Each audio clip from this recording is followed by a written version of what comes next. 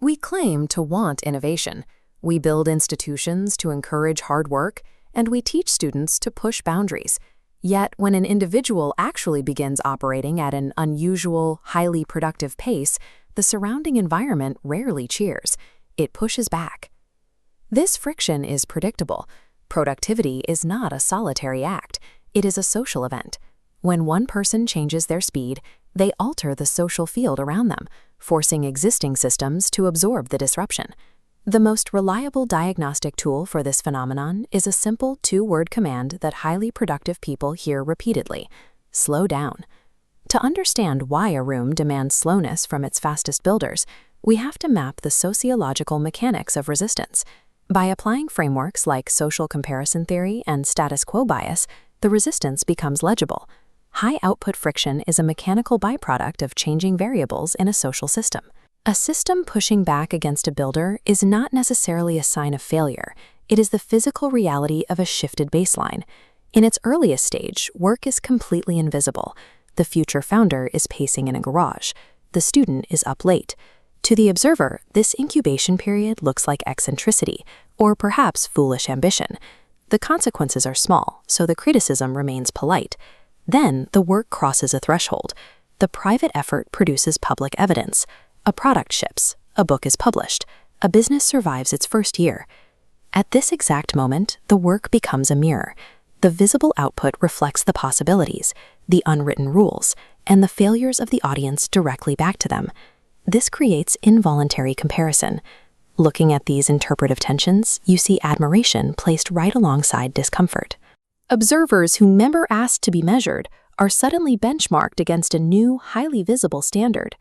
The observer's subsequent reaction is rarely about the actual utility of the new product or method. It is an act of identity defense. The new standard threatens their inherited story about what is realistically possible. When a builder changes the pace of the room, they inadvertently force every other person in that room to justify their own speed. Leon Festinger's social comparison theory explains how groups process this discomfort. When objective measures are uncertain, humans evaluate their own worth by comparing themselves to others. This evaluation happens in 4 stages. It begins with repeated output. Second, an audience forms, demanding attention. Third, the pace is judged against established norms. Finally, the group assigns a motive. Does the urgency come from service or ego? This cycle ends in friction because groups naturally prefer motives that preserve their own rank.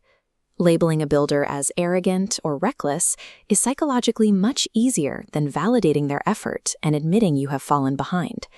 It is easy to safely admire a distant genius. It is intensely uncomfortable to admire someone from your own room who is rapidly pulling ahead.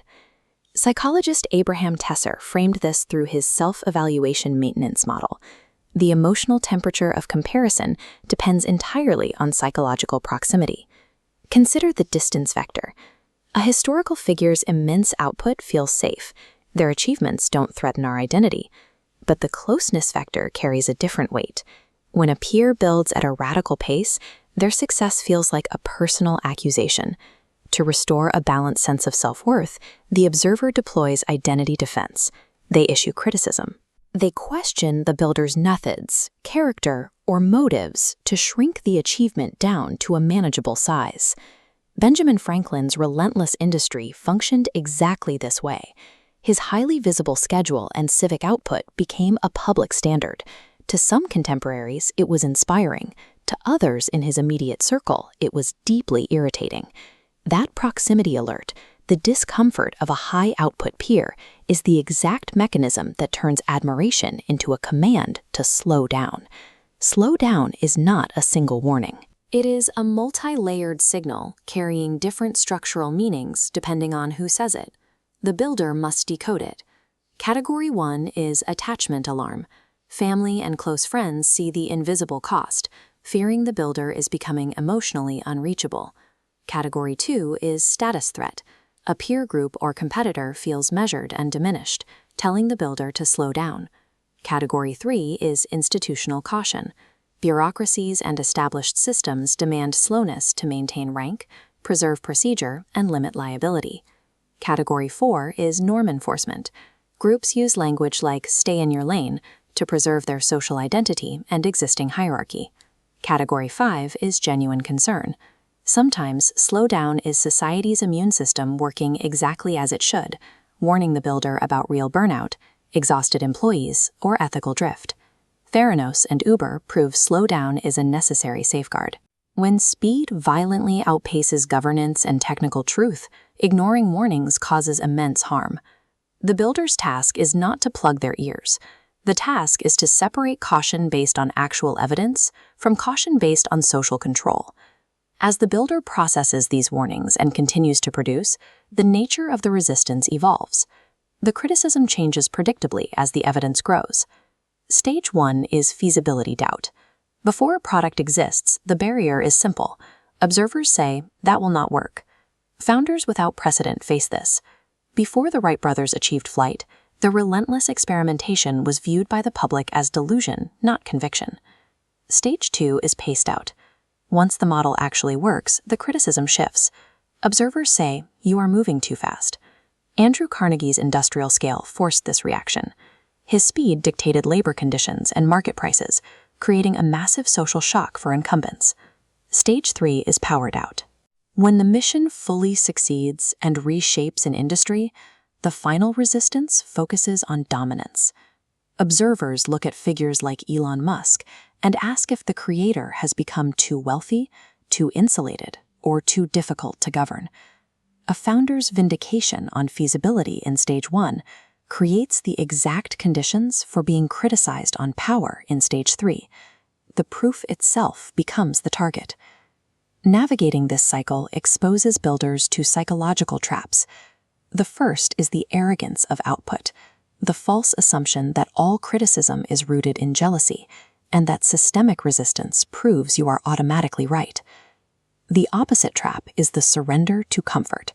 To appease an anxious room and avoid conflict, the builder shrinks their own mission, abandoning useful effort for the sake of social peace. The danger lies in the armor. The same mental defenses a founder uses to survive early feasibility doubt often harden into a shield that blocks out legitimate ethical or quality corrections later on. The most effective historical lives eventually recognize this. Theodore Roosevelt possessed staggering personal energy, but his output gained lasting moral weight only when submitted to higher civic governance, conservation, and reform. Movement without direction is not a virtue.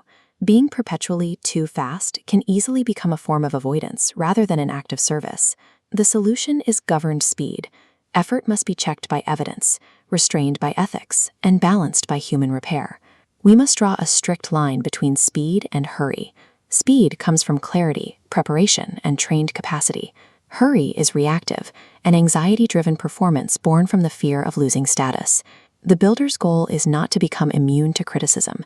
The goal is to become literate in it. To listen to the room without letting the room dictate the vision. Status is a fragile metric, based on how observers feel about their rank. Usefulness is durable.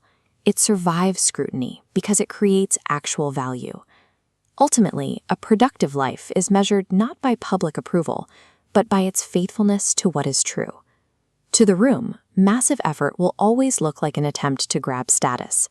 But to the disciplined builder, the work remains exactly what it was meant to be, an act of service.